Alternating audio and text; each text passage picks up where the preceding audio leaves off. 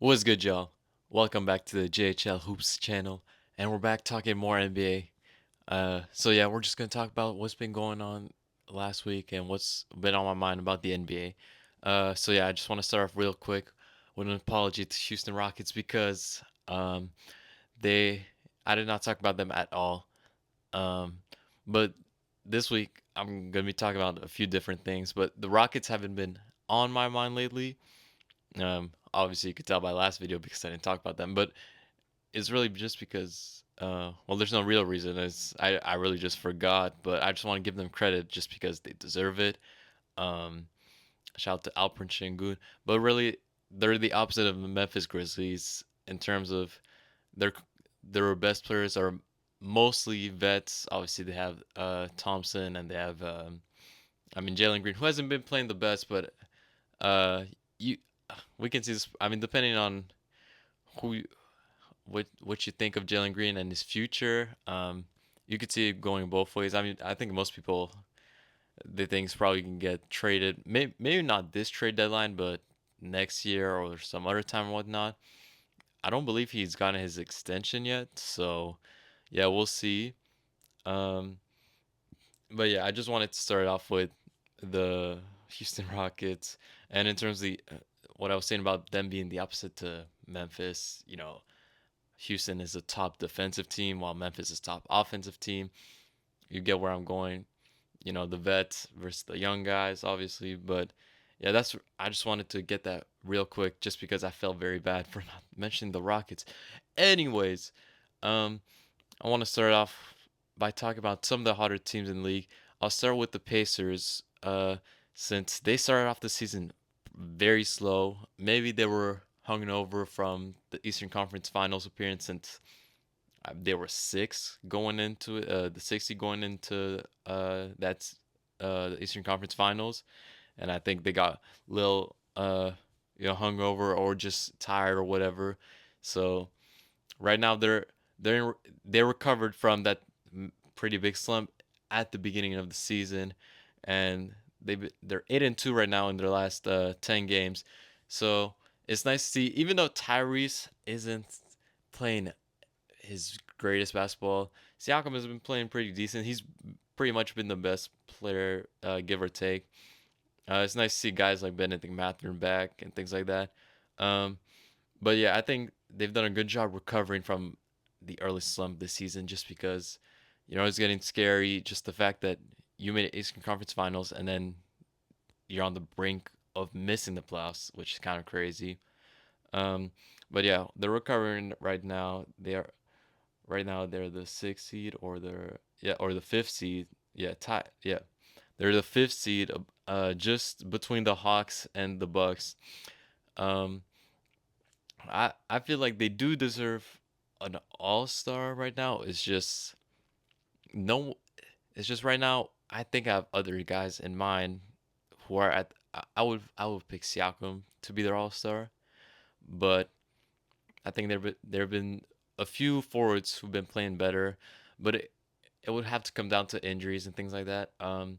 One of the forwards would be Jalen Johnson from the Atlanta Hawks, who've also been very hot. I mean, they're on a 3-game win streak right now, but the team has sort of surprised us just because they've been pretty cold for the last 3 seasons, or 2 seasons, no, 3 seasons, and they basically they just couldn't find their groove. They got Dejounte Murray thinking he would kind of help them elevate themselves to be in that contender spot and whatnot. But yeah, I feel like since they got rid of Dejounte Murray, they've got Dyson Daniel, who's arguably the best guard defender. I think I talked a little bit about that last episode. Um, but yeah, Jalen Johnson has been excellent on defensive end, and he's been a great lob threat and just a great offensive threat in general. Uh, One of the best two-way players well, top 10 ish two-way players in the league. He's been phenomenal. You know, who knows if he should be in the most improved conversation since people thought he would have won last year, but we'll see with that.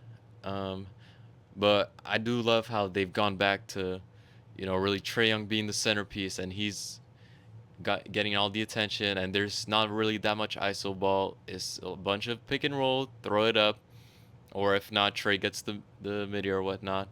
But yeah, I mean, obviously, Zachary Richardson, he hasn't been the rookie of the year candidate. We thought, I mean, the expectation weren't that high, but as the number one pick, the expectation is always you're gonna be the best rookie. That's why we picked you first. Um, but he hasn't really been the best rookie, to be honest. None of these rookies have been that amazing. Oh well. Uh, Hopefully he'll figure it out. But I mean, he's doing fine in his role as the power forward of this team. Um, Really, it's just he needs to assert himself more if we want him if we want to see him be this all-star level or this superstar. I mean, bare minimum would be him an all-star, and really all it would take is for him to assert himself more and just be a bigger threat on both ends of the floor because he's kind of just there just because he has he has number one overall pick. He's the number one overall pick. You have to pay attention to him almost, but then again, the Hawks are playing pretty great with his mediocrity. So, oh well. Next up, we have the Bucks. Now, they've had probably one of the weirdest seasons yet, or this season. Started off very slow, and then won the NBA Cup, and then slowed down again, and now they're picking it up again. They're still not as big of a threat as we thought they were gonna be, but at least guys like Dame has found their footing, um, and just the team overall. Giannis has been playing MVP level the whole season, but Dame, he really needed to step up. He's playing great. I'm one of the few people who believe that he should be an All Star. Um, we'll see with that, but yeah, I just wanted to give Milwaukee some credit just because they haven't been I feel like they haven't been talked about a lot, but then again, of course, they've been up and down. So they've been talked more about their downs than their ups. So right now they're on a 4-game win streak. If I just check their schedule real quick, their their next game's against the Pelicans. That should be an easy win, but then again, it's the NBA. Who knows? But it shouldn't be too hard. Moving forward, yeah, they got the Pelicans, Miami, Clippers will be a little bit tougher, but who knows? The Jazz, Portland. So overall, going into All Star break, their toughest team, I mean, is their two toughest teams would be OKC and Memphis, or yeah, OKC and Memphis. Um, but it shouldn't be too hard. Generally speaking, as long as they play at a contender level, they should probably get on a almost 8-2 stretch for their last 10 games before the All-Star break. So, yeah, speaking of the Clippers, probably one of the most surprising teams in the league, um, just because Kawhi got injured and we thought they were going to fall off. Spoke a little bit about Norman Powell and his most improved player, uh, propaganda, whatnot, whatever you want to say. Um, but Kawhi's come back. He's been fine. I mean, no, he's not a first team All NBA. He's not first team All Defensive. He's not even third or second team or whatever. He's not even All Star. But then again, when you've been injured so many times, what do you expect? However, the Clippers for some reason they're not breaking.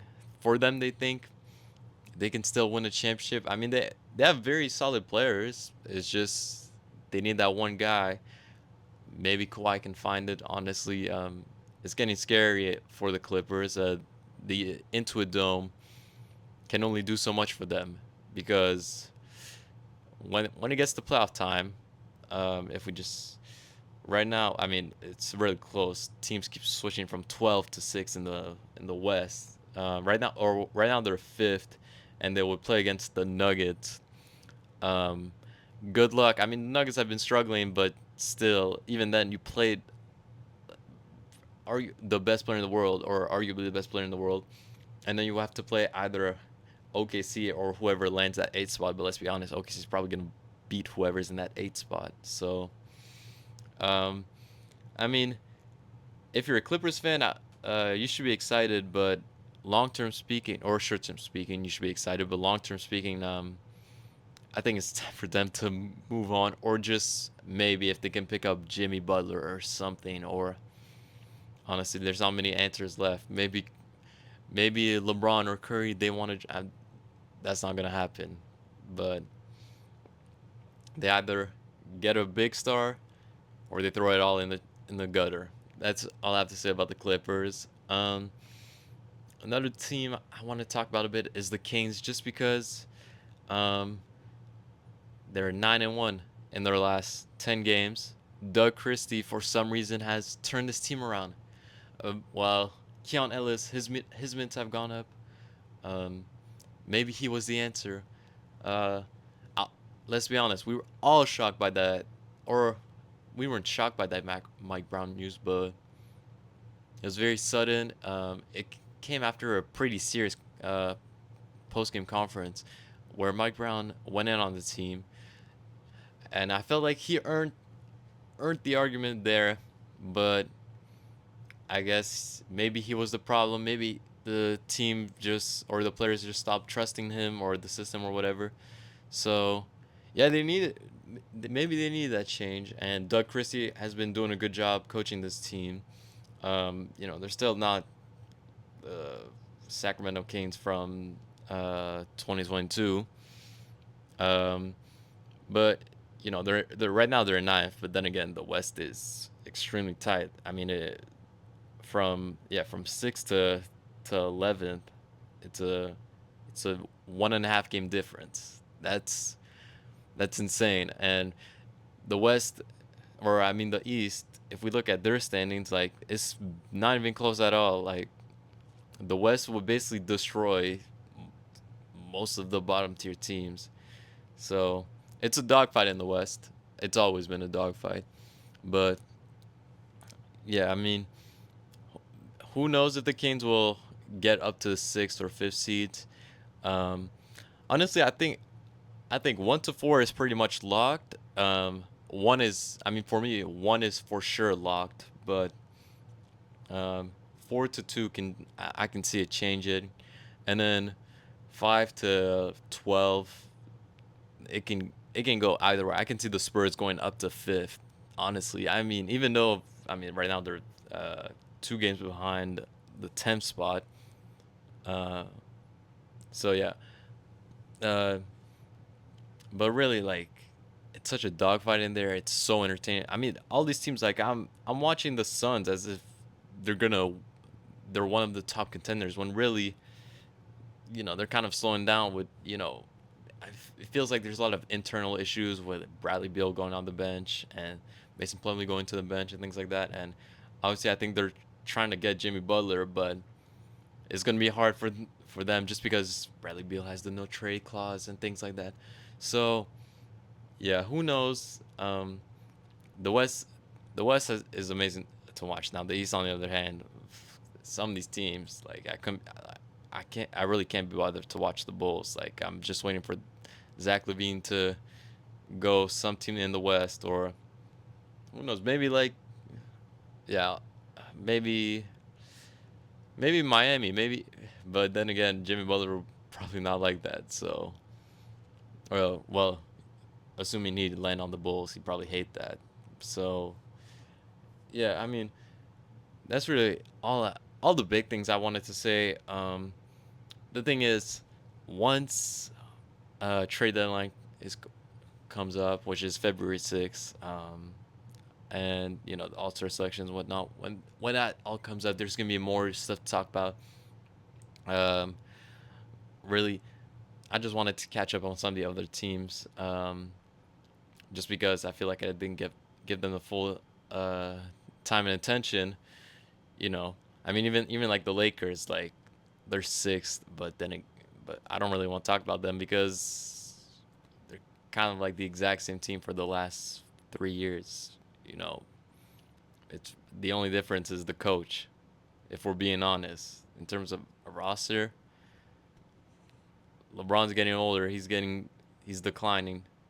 I mean, the 80's still playing pretty well, but yeah, maybe Dallas with Luca being injured, maybe it's kind of scary to see what's going on there. But yeah, I mean, Timberwolves. I talked a bit about them last episode. Entertaining in the wrong way. Warriors. I'm done with the Warriors. Hopefully they acquire someone or trade Curry. That's all I can see, or let go of Curry or whatever. I don't really care. I mean that. One other thing I'll talk about that Draymond Green Twitter reply he did on Twitter or X or whatever. Um, you punch your teammate in the face, and all you say is "I'm really sorry." Um, I don't know what did he expect from that. You punch your teammate. Do you think he's gonna be okay with that? I mean, then again, it's Draymond. He's done so many. He's one of the most toxic players, arguably, in this league right now, even of all time. So yeah, um, yeah, that's really all I had to say for this episode. It's kind of short. Uh, Thank you so much for watching, and see you in the next video.